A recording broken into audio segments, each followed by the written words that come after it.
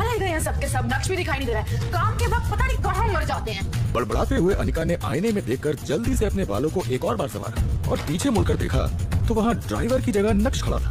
अनिका, वो मैं कल गया था रमनीक भाई ज्वेलर्स के पास। उन्होंने कहा कि सेट अभी रेडी नहीं है, शायद 1-2 दिन और लग जाएंगे उसे रेडी होने में। तो मैं उसके ma'am, I am sorry ma'am, थोड़ा लेट हो गया।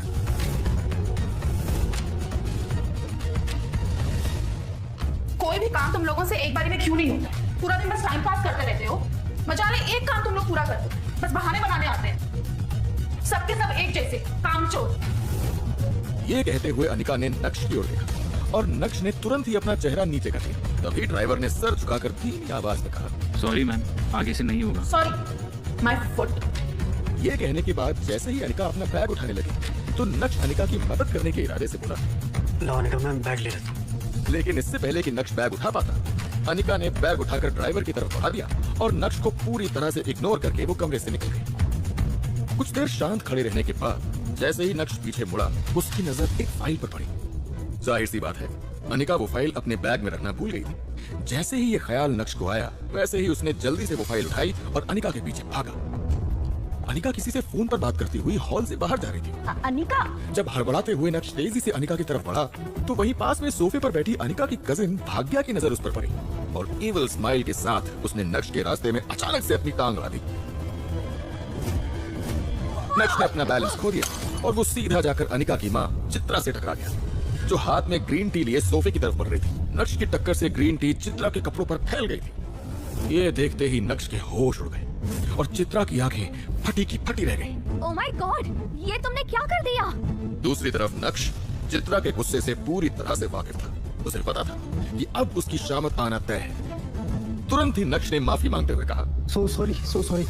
वो एक्चुअली अनिका अपनी फाइल भूल गई थी और मैं उस पे निकले जा रहा था, लेकिन अचानक से आप बीच में आ गई और सॉरी। अच्छा, तो मैं साहबजादे के बीच में आ गई? हमें पर मारी भूल छे, हाँ?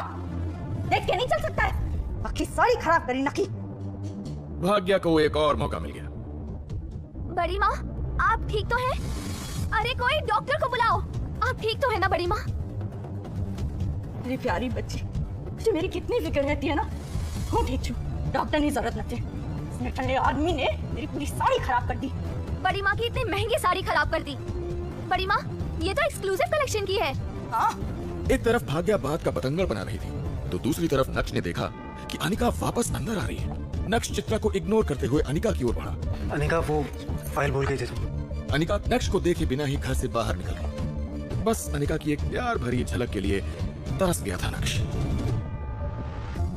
ये है जावेरी परिवार का घर। सूरत की बड़ी बिजनेस फैमिलीज में से एक है। इस बड़े से शानदार घर में जावेरी खानदान का बड़ा परिवार रहता है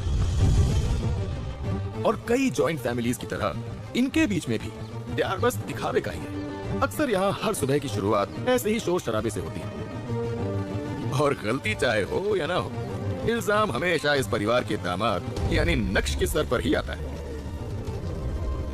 पर नक्श ने कभी भी इस बात को दिल पर नहीं लिया। हर सुबह किसी और की गलती को अपने सिर लेकर मुस्कुराते हुए वो अपने काम में लग जाता है।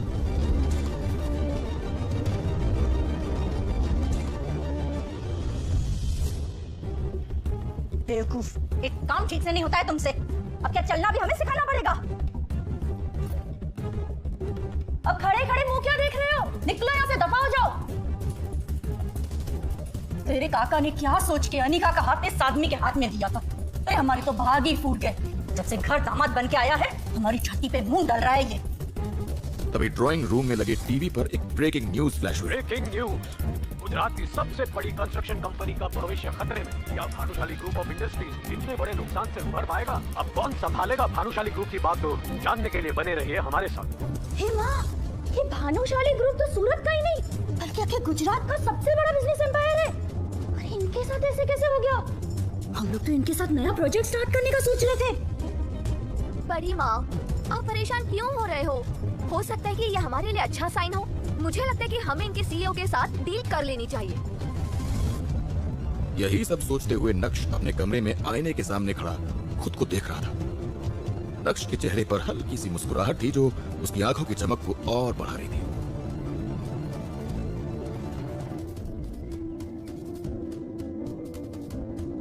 तभी नक्श की नजर अनिका के पिता रसिक जावेरी की एक तस्वीर पर पड़ी।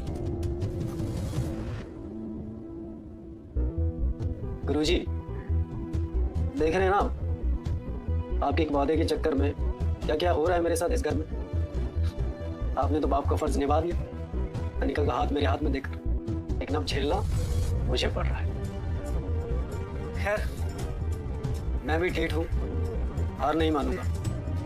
आपकी बीवी चित्रा, उसको तो हंसते हंसते सह लूंगा मैं, और मेरा मकसद है आपकी बेटी अनिका, उसके दिल में अपने लिए जगह बनाना। आप फिक्र मत कीजिए, एक ना एक दिन अनिका के दिल में अपने लिए जगह बना कर रहूंगा। ये मेरा वादा है आपसे। एक तरफ नक्श अपने गुरुजी से बात करने में लगा था, तो दूसरी तरफ नक्श का मोबाइल जो बेड पर साइलेंट मोड पर था वो लगातार वाइब्रेट कर रहा था। मगर नक्श तो अपने ही ख्यालों में गुम था, इसलिए उसका ध्यान ही नहीं गया और वो बाथरूम में शावर लेने चला गया। नक्श इस बात से अनजान था कि उसके फोन पर किसका कॉल आ रहा है, लेकिन यकीन मानिए वो कॉल नक्श की पूरी जिंदगी बदलने वाला था। बस नक्श को फोन उठाने की देर थी। नहाने के बाद जब नक्श बाथरूम से बाहर आया तो उसका फोन दोबारा वाइब्रेट होने लगा।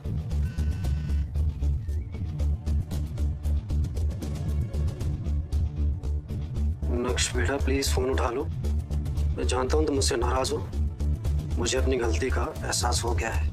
प्लीज मेरा फोन उठा लो, सिर्फ एक बार बात कर लो।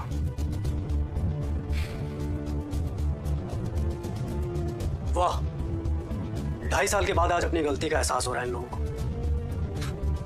वाकई बहुत अजीब दिन है आज का। अभी नक्श उन मैसेजेस के बारे में सोच ही रहा था कि इतने में उसी नंबर से एक बार और कॉल आया। हेलो। कुछ देर तक फोन के दोनों एंड पर सन्नाटा बना रहा। Hello mister Yashvardhan. अपना नाम सुनकर वो बुढ़ा आदमी थोड़ा सा पकाया, लेकिन यशवर्धन ने फिर से प्यार से शुरुआत की। हेलो बेटा, कैसे हो तुम? आज तुम्हारी बड़ी याद आ रही है। अच्छा, तो मेरी याद आने में आपको पूरे 2.5 साल लग गए। इतनी याद आती है आपको मेरी? नक्श का टॉन्ट सुनकर वो आदमी पूरी तरह से चौंक गया, लेकिन अपने होश संभालते हुए उसने फिर से बोलना शुरू किया।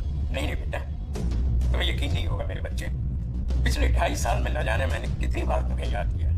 तुम्हारी तस्वीर के सामने रोज रो रो करके अपने आप को कोसता रहा बेटा। मुझसे इतनी बड़ी गलती हुई तो क्यों हुई? मेरे सामने ये अन्याय हुआ बेटा और मैं कुछ नहीं कर पाया। नक्श को यशवर्धन की बात सुनकर रत्ती भर भी भरोसा नहीं हुआ। पता चला मुझे जो कुछ भी खबरें मार्केट में चल रही हैं आपकी कंपनी को लेकर। ये सुनते ही यशवर्धन एकाएक खामोश हो गए, जैसे मानो नक्श ने उनकी चाल पकड़ ली हो। बेटा, मैंने काम की बात करने के लिए तुम्हें कॉल नहीं किया है बेटा। मैंने तेरी आवाज सुनने के लिए तरस गया हूँ बेटा।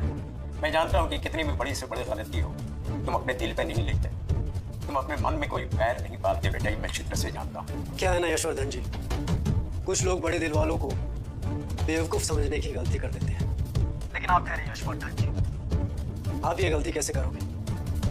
सही कह रहा हूँ ना मैं? ये सुनकर यशवर्धन समझ गए थे कि उनका काम इतनी आसानी से नहीं पूरा होगा। आप लोगों ने मेरे साथ जो कुछ भी किया है उसके लिए आप लोगों को माफ करके मैं जिंदगी में आगे बढ़ चुका हूँ, लेकिन हाँ, मैं उन सब बातों को कभी भुला नहीं पाया हूँ, ना भुला सकता।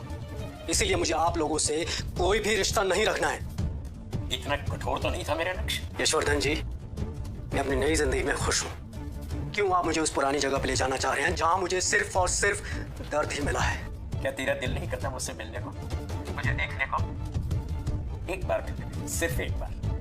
मुझे न जाने जिंदगी के इतने साल पूरे कर लिए हैं, आगे रहूंगा भी या नहीं। यशवर्धन बहुत अच्छे से जानते थे कि नक्श चाहे अपना दिल जितना भी सख्त कर ले, लेकिन इस बात पर वो पिघल ही जाएगा। नक्श स्ट्रॉन्ग हेडेड था पर निर्दयी नहीं। एक बार, बस आखिरी बार। नक्श की बात सुनकर जैसे यशवर्धन की उम्मीदें दोबारा जाग उठी। ब्लेस यू बेटा, मैं कल तेरी फेवरेट डिश बना के रखूंगा। उस सब की कोई जरूरत नहीं है। हम लोग घर पे नहीं मिलेंगे, हम लोग ऑफिस में मिलेंगे बिना ताम झाम के। मैं गाड़ी भेज दूंगा बेटा, तू आ रहा है ना? वैसे तो यशवर्धन को नक्श का अंदाज पसंद नहीं आ रहा था, लेकिन अभी यशवर्धन को नक्श की बहुत जरूरत थी और यही वजह थी कि वो नक्श की सारी बातें मान भी रहे थे। मैंने कहा ना, उन सब की कोई जरूरत नहीं है। मुझे पता है भानुशाली ग्रुप ऑफ इंडस्ट्रीज का ऑफिस कहाँ पर है, मैं पहुंच जाऊंगा। बीते 2.5 सालों में कभी भी यशवर्धन ने नक्श से कांटेक्ट नहीं किया था। 2.5 सालों से नक्श भानुशाली ग्रुप से भी बाहर था, तो अब जब भानुशाली ग्रुप डूब रहा है तो यशवर्धन को नक्श की याद क्यों आ रही थी? ये सोच सोच कर नक्श और भी ज्यादा कंफ्यूज हो रहा था। तुरंत ही नक्श ने अपना लैपटॉप बाहर निकाला और इंटरनेट की हेल्प लेते हुए भानुशाली ग्रुप में चल रही हलचल जानने की कोशिश की। ऐसे तो नक्श के हाथ में भानुशाली ग्रुप को लेकर कुछ हाथ नहीं आया, लेकिन उसके हाथ में ऐसा कुछ आ गया जिसे देखने के बाद नक्श की आंखों की चमक 4 गुना बढ़ गई थी।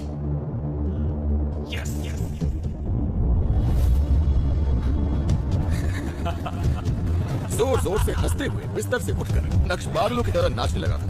वो भूल गया था कि ये घर उसका नहीं है, वो तो बस इस घर का घर जमाई है।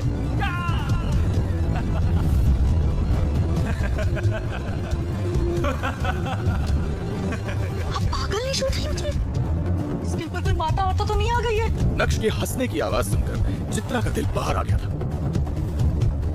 नक्श ने ऐसा क्या देख लिया था? आखिर नक्श इतना क्यों फड़फड़ा रहा था? उसके हंसने के पीछे का राज क्या था? यशवर्धन को 2.5 साल बाद नक्श की जरूरत क्यों पड़ी थी? क्या नक्श भानुशाली ग्रुप को डूबने से बचा सकता था? अगर हाँ, तो क्या नक्श बचाने वाला था? यशवर्धन और नक्श की मीटिंग में क्या होगा? जानने के लिए सुनिए इंस्टा एम्पायर।